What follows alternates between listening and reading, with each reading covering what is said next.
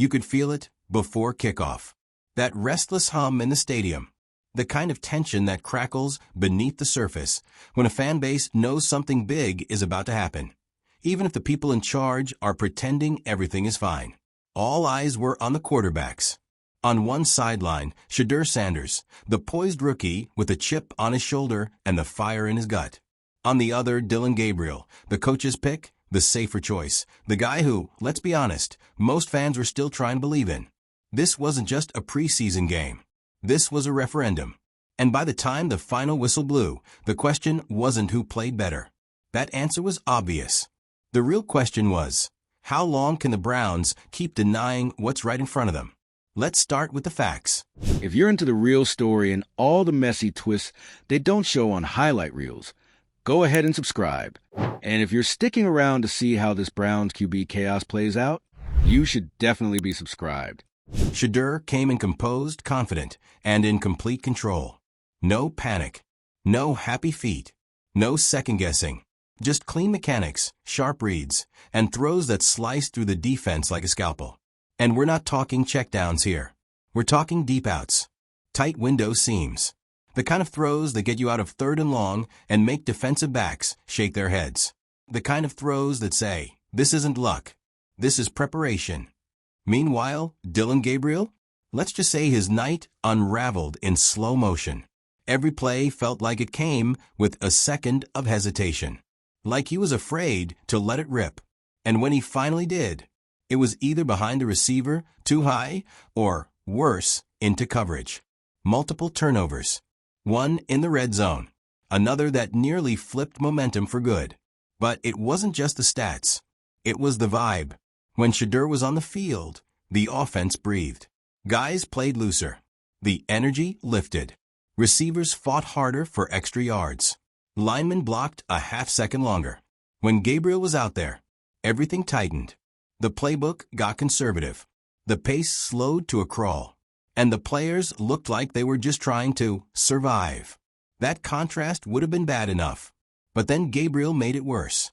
Post-game, instead of owning his mistakes, instead of showing humility, Gabriel took a thinly veiled shot at Shedeur. We're here to compete, not entertain. Cue the eye rolls. Cue the awkward locker room silence. It was the kind of quote that tells you everything you need to know, not just about where a quarterback's head is, but where his priorities are. Because Shedeur didn't dance. He didn't celebrate like he'd won the Super Bowl. He didn't showboat. He executed. He led. And when it was over, he praised the defense. He credited his offensive line. He smiled, shook hands, and walked off without a single look-at-me moment. That's not entertaining. That's commanding. So when Gabriel tried to downplay Sanders' performance as showmanship, it didn't land. It backfired. It exposed him as insecure, frustrated, threatened. And maybe that's understandable. Maybe deep down, Gabriel knows he's losing grip on something he thought was his. But taking shots in the media isn't leadership. It's deflection. And it only magnified the gap between the two. Now here's where things get messy, because instead of stamping this with a clear direction, Kevin Stefanski walked straight into the chaos. After the game, his press conference was everything you didn't want to hear. Vague praise. Diplomatic shrugs. The kind of quotes that say, we'll see, when everyone already knows what they did see. He called Gabriel's turnovers unfortunate. He called Shedeur's performance promising. Promising? What game was he watching? If that performance wasn't enough to at least start a real conversation about the starting job, then we're not talking about football anymore. We're talking about politics. About fear. About sticking to a plan that no longer makes sense because admitting otherwise would bruise egos upstairs. And the fans? Oh, they're not having it. Social media lit up before the lights even cooled on the field. Hashtags. Polls. Calls for Stefanski to be held accountable. Local radio? All in on Sanders. National shows? Blasting the decision to protect Gabriel like it's 2019. This is what happens when you ignore the obvious. Because Shedeur didn't just win a game. He won over a city that's been starved for a quarterback with vision, with maturity, with actual game day juice. They've seen the carousel.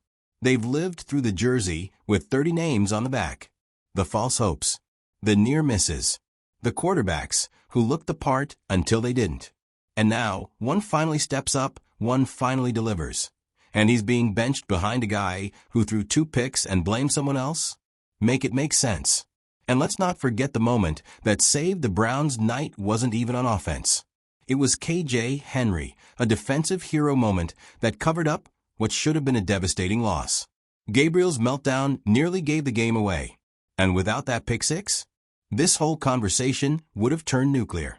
But that's the problem. You can't count on your defense to bail out your quarterback every time. At some point, the guy under center has to be the solution, not the problem. And Shedeur? He's already showing he can be that guy. He's got the poise of a 5-year vet, the humility of a rookie who knows nothing's guaranteed, and the mechanics of someone who's put in the work. Meanwhile, Gabriel is still trying to convince everyone he's the safer option, when all the evidence says otherwise. So what now? Does Stefanski finally make the bold call? Or does he keep playing politics, risking the locker room, the fans, and maybe his own job in the process? Because here's the truth, leadership is lonely. It means standing in front of your team and saying, this is who gives us the best chance to win. Period. Even if it ruffles feathers. Even if it proves you wrong. Even if it means changing the plan. And if Stefanski can't do that, then maybe it's not just a quarterback battle that needs to be reevaluated. Because in Shedeur Sanders, the Browns have more than just a talented quarterback. They have a moment. They have a shot to reset the narrative. To build around someone who isn't rattled by adversity, who doesn't point fingers, who just shows up and delivers. And the longer they pretend otherwise, the more games and goodwill they're going to lose. So here's the call, plain and simple. You've got your guy. He proved it under pressure. He carried himself like a pro. He played like the future. Now act like you see it, Cleveland, before you blow it.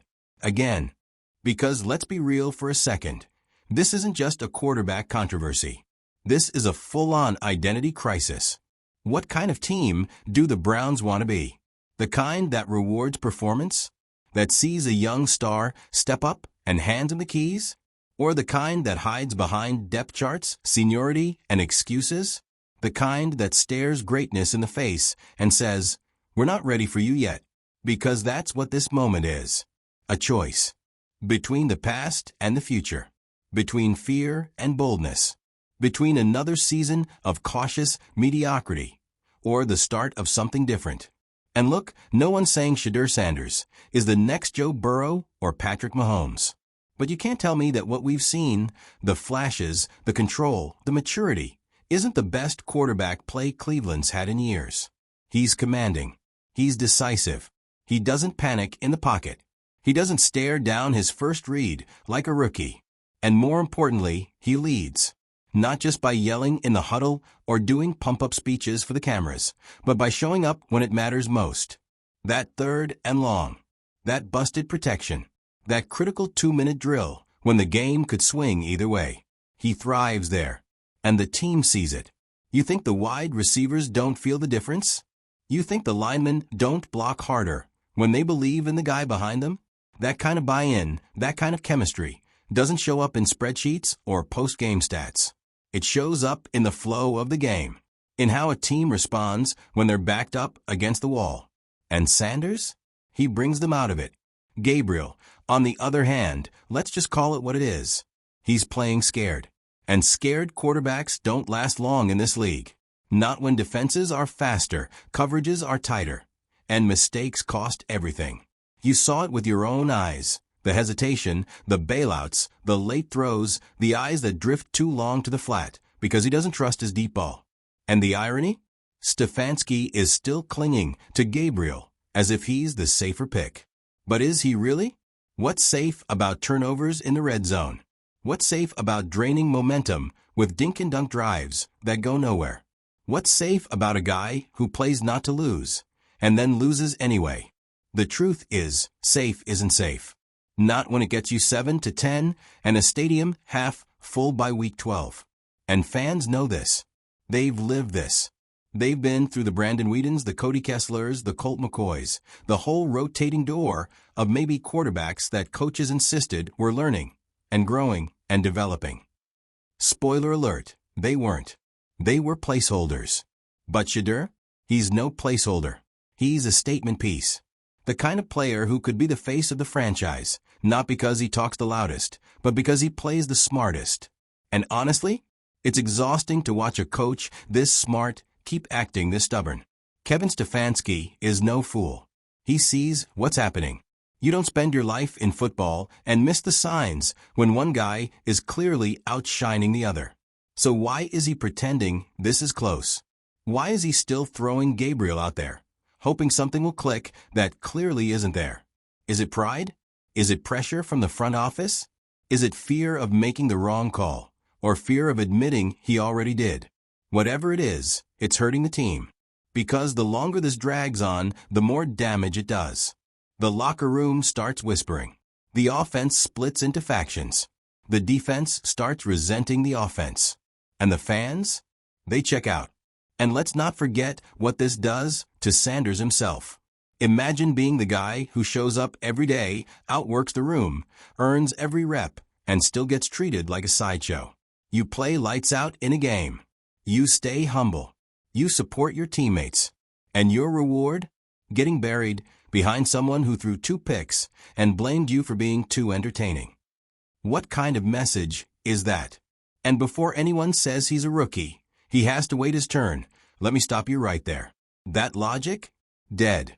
This is the modern NFL. If you're good enough, you play. Ask C.J. Stroud. Ask Justin Herbert. Ask Brock Purdy. No one's waiting 3 years to see if a kid might be ready. If you show you can handle it, you go. And Shedeur has shown it. The throws. The command.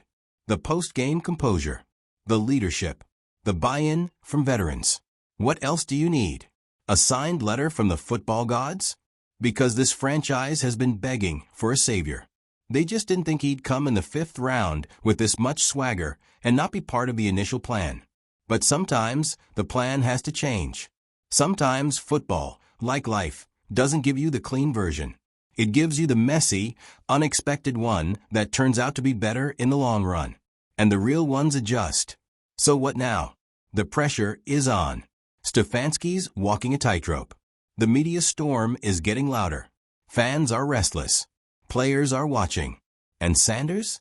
He's staying locked in. Not complaining. Not pouting.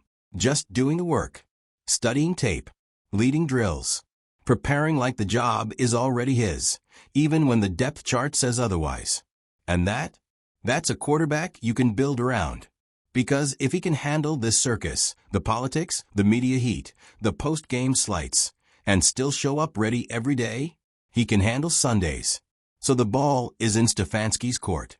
But he'd better act fast. Because if he waits too long, if he buries Sanders, protects Gabriel, and lets this controversy rot, then one of 2 things is going to happen.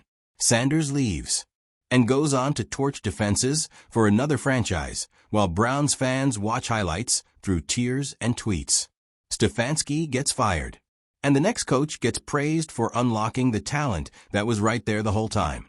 Either way, a shift is coming, because the fans aren't blind, the players aren't stupid, and the media is circling.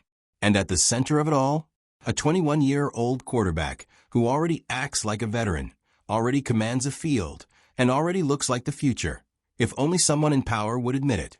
You can only keep the truth on the bench for so long. And with Shedeur Sanders, the truth is staring you right in the face. So say it with me, Cleveland. Start.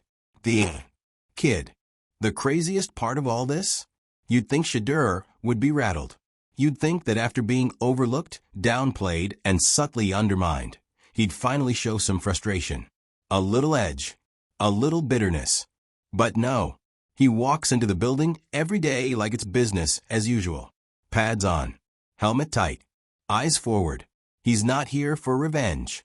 He's here for results. And that, right there, is what separates the flashes from the foundation. That's the difference between someone who has a good preseason and someone who changes a franchise.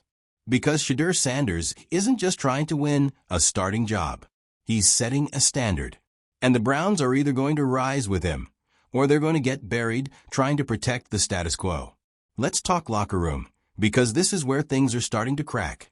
Players aren't saying it on the record. Not yet, but the vibe? It's off. You can feel it. There's a growing split. Some guys are rolling their eyes every time Gabriel gets another evaluation start. Some are wondering how many interceptions it takes to get a fair competition. And some, mostly veterans, are flat out saying, we know who the guy is.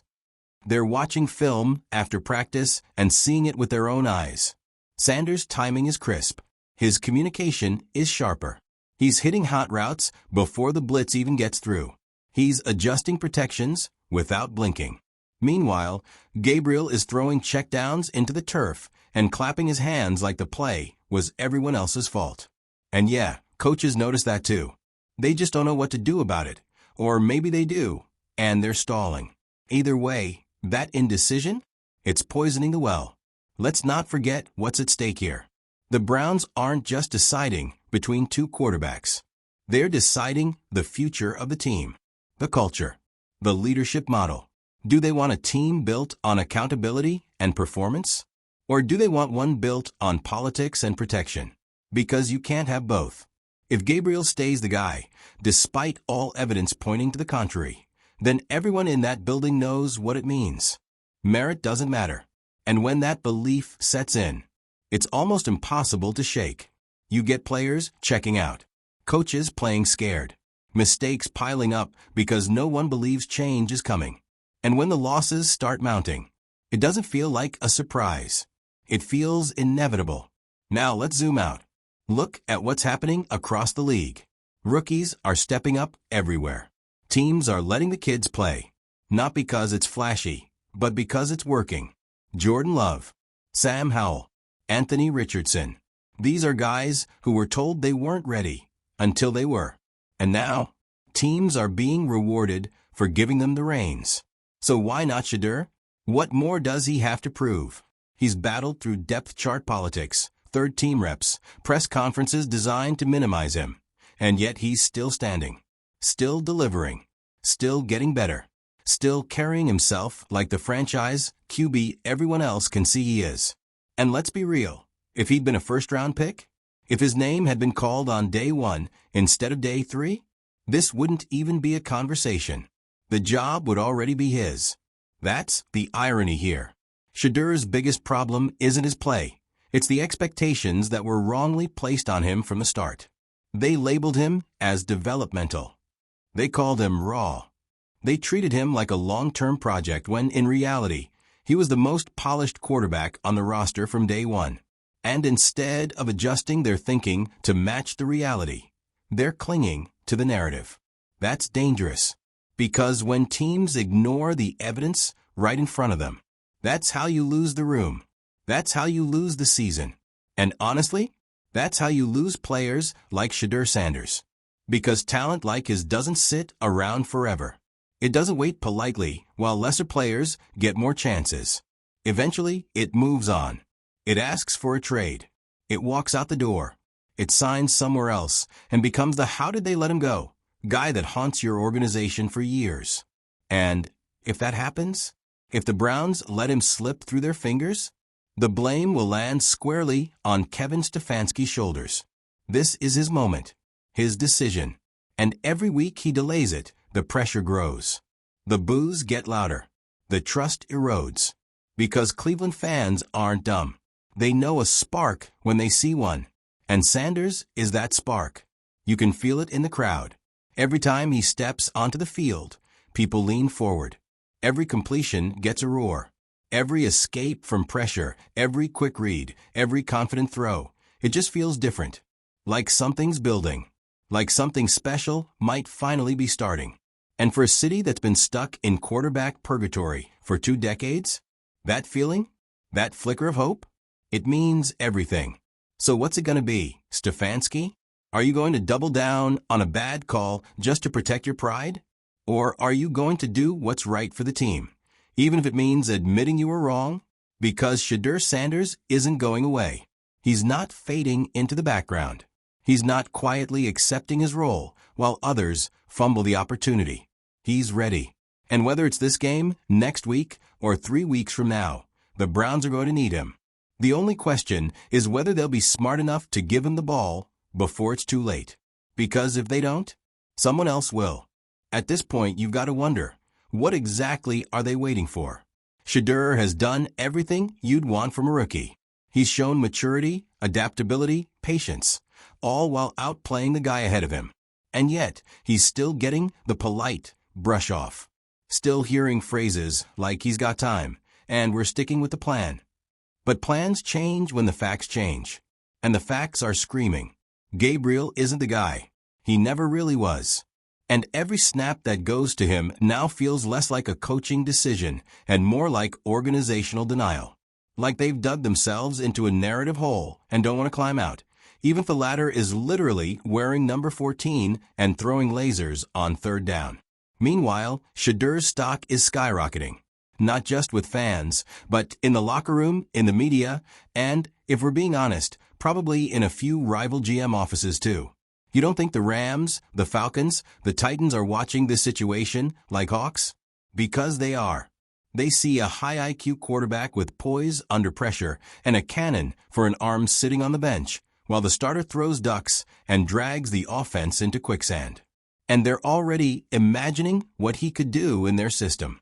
You give a guy like Shedeur a coach that believes in him, a roster that rallies around him, that's a playoff team in the making. And the Browns? They're on the verge of handing that away. For what? To protect a pick? To avoid an awkward press conference? You've got to be kidding me. Because this league isn't patient. It doesn't wait around for feelings to settle. You either win now, or you watch someone else win on your behalf. And the longer Cleveland lets this slow-motion sabotage continue, the closer they get to watching Sanders win somewhere else. So let's be crystal clear. This isn't about one preseason game. It's not about one bad throw or one nice drive. This is about a trend, a truth, a trajectory. One guy is rising, one guy is flailing, and the team has to choose. Not just who takes the next snap, but who they're going to build around. Who they're going to trust with the next 5 years, not just the next 5 plays. And if you're still not sure who that is, you haven't been watching. You haven't been listening. Because Shedeur Sanders is right there. He's ready. He's earned it. And the only thing left to decide is whether Cleveland finally gets out of its own way.